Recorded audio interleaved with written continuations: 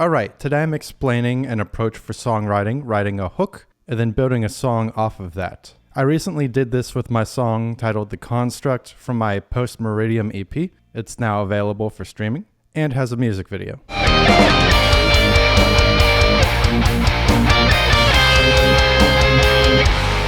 I'm not a professional songwriter and I'm not sponsored by any brand shown, so hopefully this will help you if you're trying to write a song. Maybe you're a hobbyist. This should give a good structure, some guidelines on how to write a song quickly and efficiently. Alright, so talking about the songwriting process, instead of taking an approach where I would write and record as I go, and I've done this before, you can write out a song fully first. And typically when writing out a song, it might be tempting to write something super detailed and intricate. But the goal here is to keep things relatively simple. You can take this approach to stop yourself from getting stuck, getting lost in the weeds. So first what you can do is think of a hook, a kind of melody that'll be catchy. You'll use it in the chorus, you'll use it in the intro. You can pick up one of your favorite guitars, one that you're comfortable playing on, and play just some simple melody, whatever comes to mind. You can pick a key you're super familiar with that you're comfortable in. I picked C minor, pretty much because I'm in drop C on this guitar. And to keep things simple, I'm not planning on doing anything crazy with key changes, no modulations or anything like that. I went for a simple hook with some pauses in between, starting on the third of the C minor scale, and not having any kind of crazy intervallic jumps. But you can write whatever comes to mind.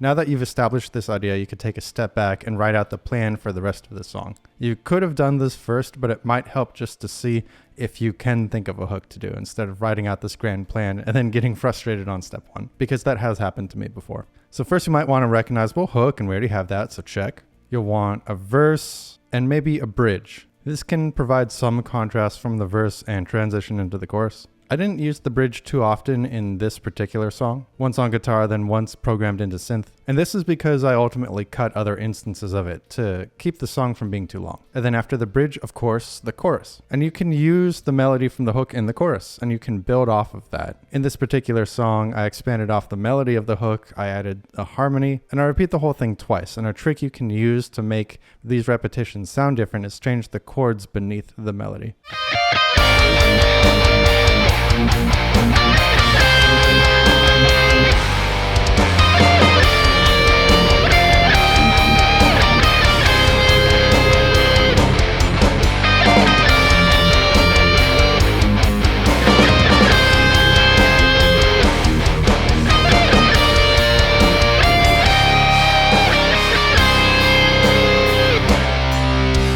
And then of course I added a guitar solo because why not? Super fun.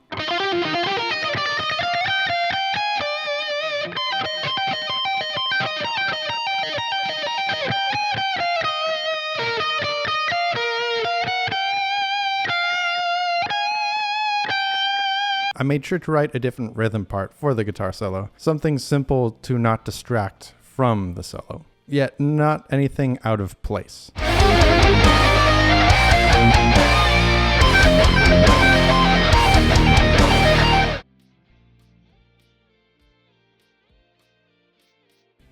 So now that you have a plan in place, you have a structure in mind, all that's left to do is to write out the song. And this can be a difficult step. It can be hard to complete it. So some things you can do to make sure you complete the song, just write some parts, some chords, some melody, some lead lines, and do this for each section. For the verse, you've already got your hook, so then you can use your hook in the chorus. Write down the simplest chords you can. And it might be tempting to get into the details to make things super intricate as you go, but kind of stop yourself from doing that. Make sure you have the whole song written out first. I find it's much easier to go back and make something finished, something more detailed, than the other way around, and making things more detailed as I go. I get stuck on that. Just make it exist, as they say. You can make it good later. So in terms of writing the chords, what to pick, the progression, you can pick one of your favorite progressions, start easy. You can always switch it up, change it to something else if you don't like it. I went with a 6-7-1. And use this for the very initial start. From the time the hook is playing, I've got the power chords going just like that. And from there, I went with my intuition and picked chords that were in key, for the most part anyway. You can write based off of intuition, you can write based off of music theory if you're more theoretically inclined. Again, the goal here is for you just to finish the song, get each part written. So moving on from the hook section to the verse, how did I start the verse? Well, I just changed the order of the chords. I did 1, 7, 6. And I added some more chords after that, but the point I'm trying to make here is that I wasn't reinventing the wheel, I was just changing around the order of the first chords. More on writing the verse, since this is more of a metal song, I was hanging around the low root C and riffing around there, doing the typical power chord jugs, palm mutes, single notes, and then after some measures of that, going to the 7 and the 6, and throwing in some notes in between.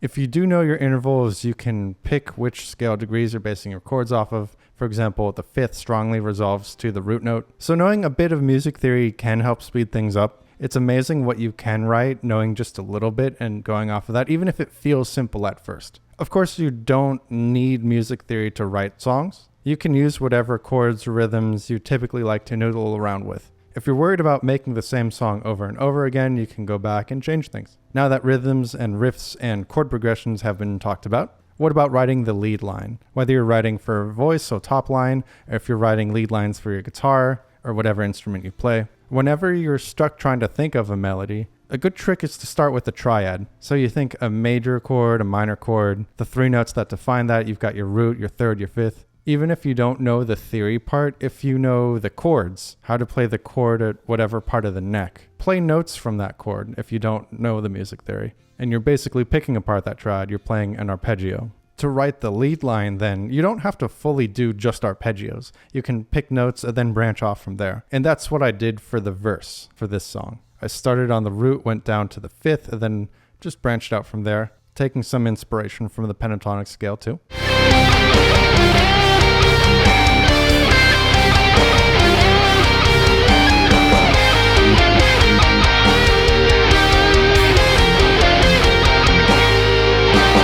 You can put together whatever you know as long as the melody sounds good to you. And there's other things you can do too, like modal interchange. You can borrow notes from different scales. You can stay in key, or you can explore outside of the key. If you're playing in a minor scale, for example, you can try throwing in a major 6th from the Dorian mode. Gives you an interesting sound. And don't forget, you can have things sound interesting by playing the same melody on the lead line, and you can have the rhythm guitar or the rhythm do different chords. It'll make things sound different even though you're playing the same thing. Now the bridge in this case was using chords and a lead line to lead up to the chorus. The main theme used here was rising, going up. So the notes in general were ascending. But not just straight up ascending. I threw in some open string notes, and then after reaching a certain height would descend.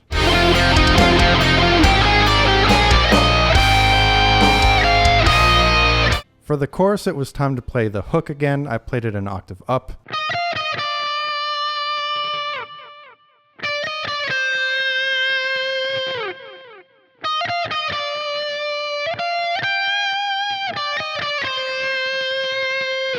You can do the same thing. Have your hook an octave up, maybe an octave down. Have the same kind of melody, but change something about it. So the hook here, it was raised an octave and harmonized. And I think it sounded pretty good. That harmonized lead guitar is a quintessential sound. And you could take those chords from the intro, but play them in a different way. You can change the rhythm of them, play them all syncopated. You can use a rhythm from the verse, combine ideas there. You don't necessarily have to write a whole new thing for the chorus, is the point. You can play the same things, but a little different. Now, there are some clean interludes in this song, and you can add interludes or ways to bring the energy down after the chorus in your song. After all, what goes up must come down. Putting clean parts after the choruses was a tool used to achieve this. Maybe you're writing a song where the energy is constant all the time, and that's cool too. You can totally do that. In this case, though, the energy did need to come down. And again, the intro chord progression was used. 2 clean breaks in total were used in the song. The first one was leading up to the guitar solo, which we'll talk about next. And the second one led into the final chorus. Now, talking about the guitar solo, when writing one of these, a good trick is to put many licks together that you know. You can write something all new and crazy that you have to learn, or you can put together the techniques you know. As long as you link together each thing so it's not too disjointed, it'll sound like it flows. When writing the rhythm for this, I used just the same progression I've been using, but just modified a little bit. So in terms of scale degrees, it's 6/7 and then 4/3, just to keep things interesting. But the rhythm is pretty simple, just some palm mutes. After this, the synth break with the bridge notes. This could have been played on guitar too, but it wasn't too hard to write it on synth. And it did keep things interesting, I think.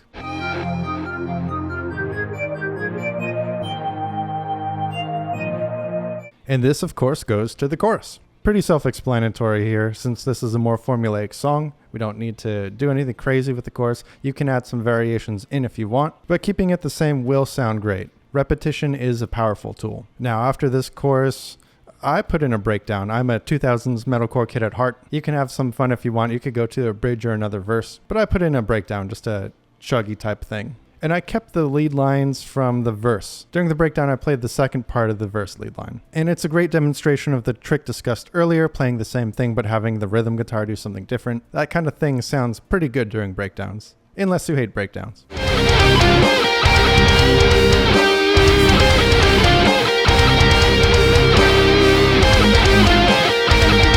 Now moving on to the final clean break. This is based off the chorus. Some other clean leads were thrown in too. For example, some pedal tones. And a pedal tone has a sustained or repeated note. If you hear it once, you'll instantly recognize it anywhere. This section serves a similar purpose to the other clean section, although instead of introducing a new melody, we're playing something heard before, but just on clean guitar instead of distorted guitar. After all, repetition is a powerful tool. And after a point, you don't really want to add too many new ideas to a song, unless you're writing progressive music, like progressive metal, because repetition is a powerful tool. Now, back to the chorus for the finale. The distorted guitars are brought back, although it doesn't immediately go straight into the chorus. The leads lead up to the chorus, and the chords played have the same driving energy. But this time the leads are playing the notes from the first clean interlude. Of course, distorted this time, because repetition is a powerful tool.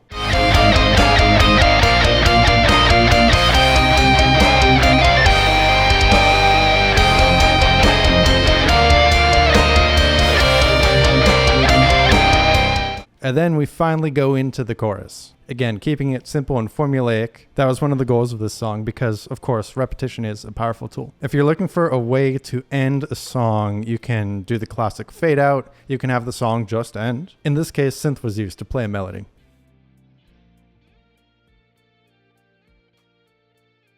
So overall, why should you take this approach to writing a song? A hook is a powerful thing. It will keep your song in the listener's ear. It gets stuck in their head. Even those not musically inclined will like the hook. It can be pretty easy as you get more and more involved in music theory and songwriting to end up writing songs for musicians. Technical marvels that might be lost on the average listener. You have to ask yourself when you're writing music, who is your target audience? Are you writing music for musicians?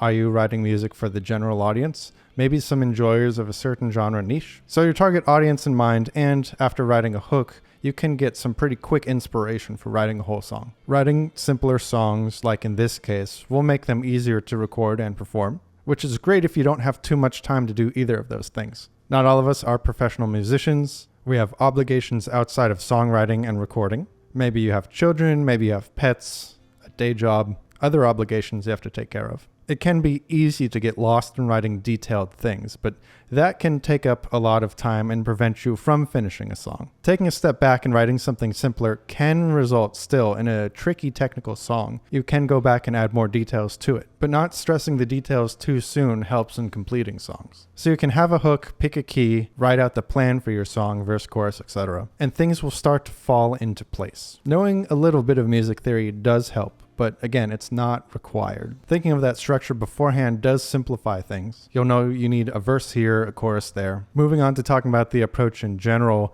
writing out the song before recording it, you can go into the recording session knowing all you have to do is just play the notes. It eliminates any kind of improvisation you're going to do. And if you're good at improvisation, maybe you might want to lean on that approach instead. I'm still building my improvisational skills. So even though it takes some time to write out the song at first, it might ultimately save you some time in the end to go into recording with the plan. There's something truly satisfying about making your own music and putting it out there. You can do it. We all have limited time, but if you have an idea, write it out and record it. Even if it's not the most amazingly perfect thing, you'll be surprised at how good it sounds after you get it done. In the heat of the moment, it can be pretty easy to get discouraged, but as long as your guitar is in tune and you're playing with good enough timing, it will sound good. Finishing songs is better than having hundreds of unreleased ideas. But what do you think? Does this approach help you in writing music? Was it helpful to provide examples through my song, The Construct? Let me know down in the comments below. Of course, this is YouTube, so I have to say the YouTube things. Be sure to like, comment, subscribe, share the video,